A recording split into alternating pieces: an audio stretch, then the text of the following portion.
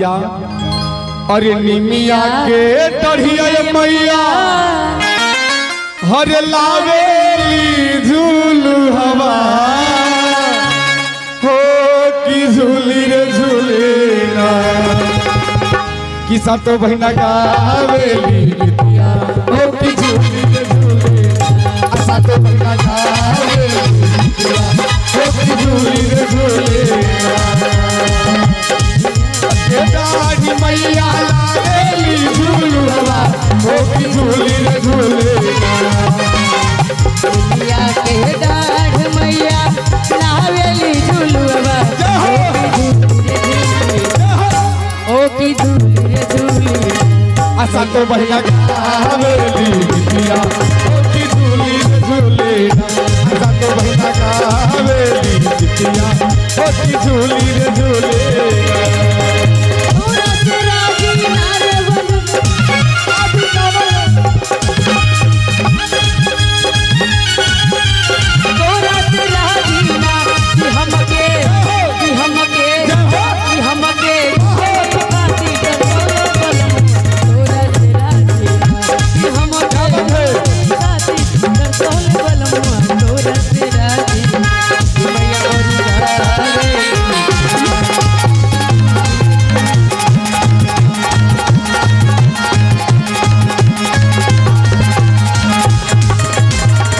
ए रीमा जी क्या बोली तुहार जोड़ा नहीं खे जौन तुहार भाव बा भाव तुहार बड़ा ठीक बा बड़ा सुंदर प्रस्तुति बा तुहार लेकिन है ये लोग बैठल बा ये लोग ई में महसूस होगा कि हम जागरण में बैठल बानी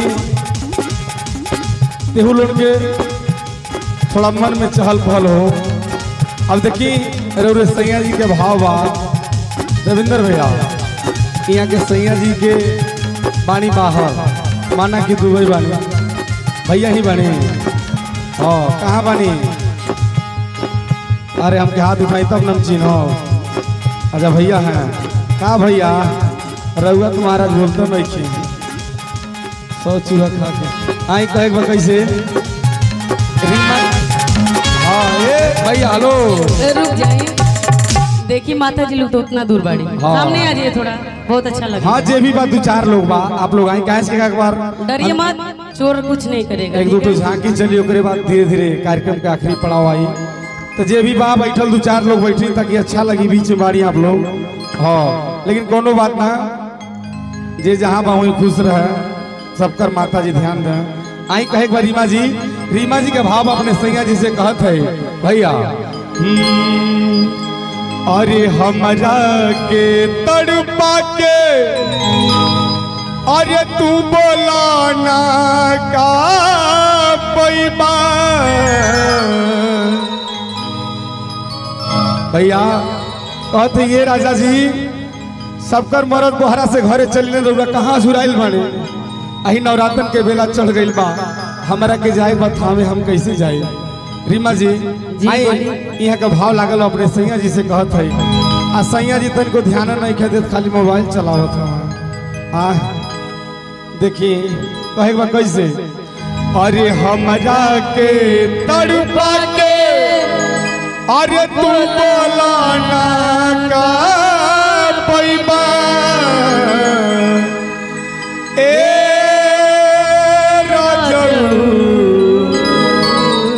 अनमय हर जइबो कि ना जइबो हो दशरवानी जी हाँ सुन ले बानी मैहर वाली माई के बड़ा माया होला बड़ा कृपा होला माई सबके पे नजर फेरे ली आई आप लोग स्वस्थ रहिए माँ शेरा वाली आप लोगों का ध्यान दे रही है।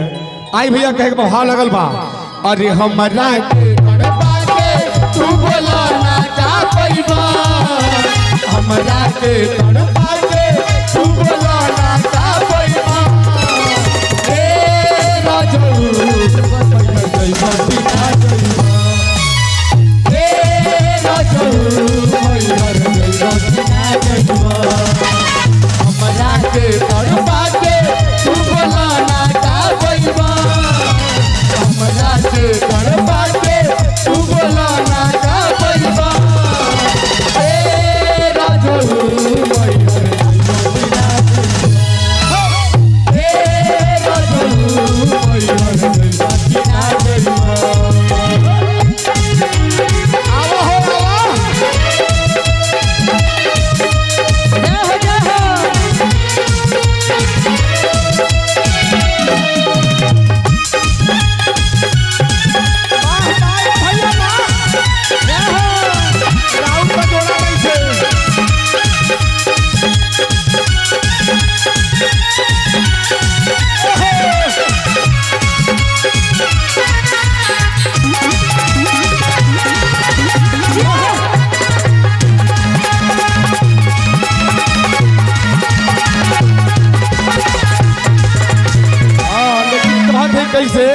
बताएं कैसे। हाँ बनल नहीं भैया आई तक एक तक खैया कहल जाला। हाँ औरत कहते कैसे कैसे सुनल पानी राजा जा भीड़ होला रे। सुनले बानी राजा ओइजा भीड़ होला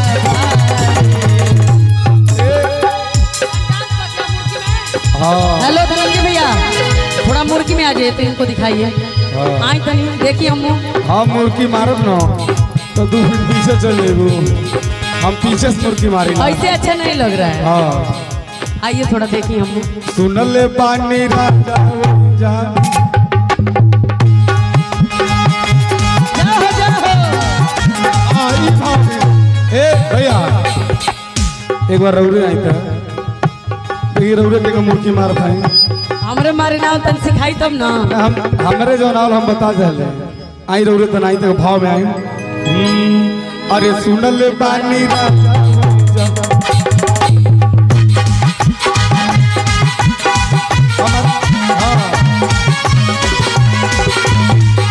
अब की के जाई बराजा माई के दुआरे।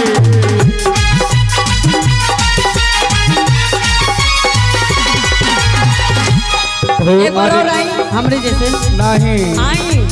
बहुत अच्छा नाचत नहीं, बड़ा अच्छा लगता है। हमारे बढ़िया नाचे ना वाला बहुत अच्छा नाचत हम कहत है ना। हाँ एक बार और आजी देखिए। आई एक बार आ चलिए और देखिए हो भैया वो हर भैया जी की तरफ से तो देखिए, बहुत सारा आशीर्वाद होता। गद्दारी दूसरे देश में नहीं है, देश अपने ही देश में है भैया। सही बात ठीक है, अब कंजूसी होता है। अब देखिए यहाँ 2 कलाकार इतना देना हैं चाहिए। लेकिन भैया को हम नहीं पसंद आवत है का भैया ऐसा बेमानी हुई भाई के संग है। दे दी हो के दे दी नहीं देने धीरे धीरे नहीं कहीं वो खुद दे मैं हमें ले हमारे ले ली। नहीं आप रखिए आपके है।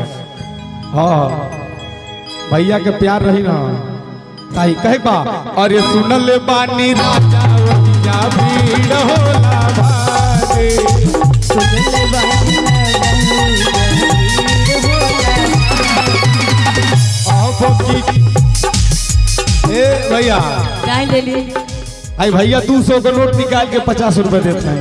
चलिए भगवान और जोड़ा बना। अबे शुरुआत बा अबे मिली जरूर मिली। अरे माई के कृपा होई त मनवा हमरो भगिया अब जागी। माई के कृपा होई त बबुआ गोदी में खेली। देखिए ये लाइन पे बड़ा ही गौर कैली है। आई हम चाहे कि एक बार और फिर से आई।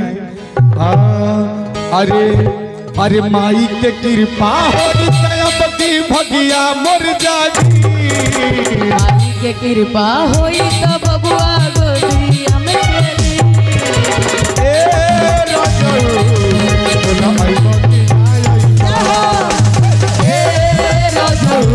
बोला आई बाकी आई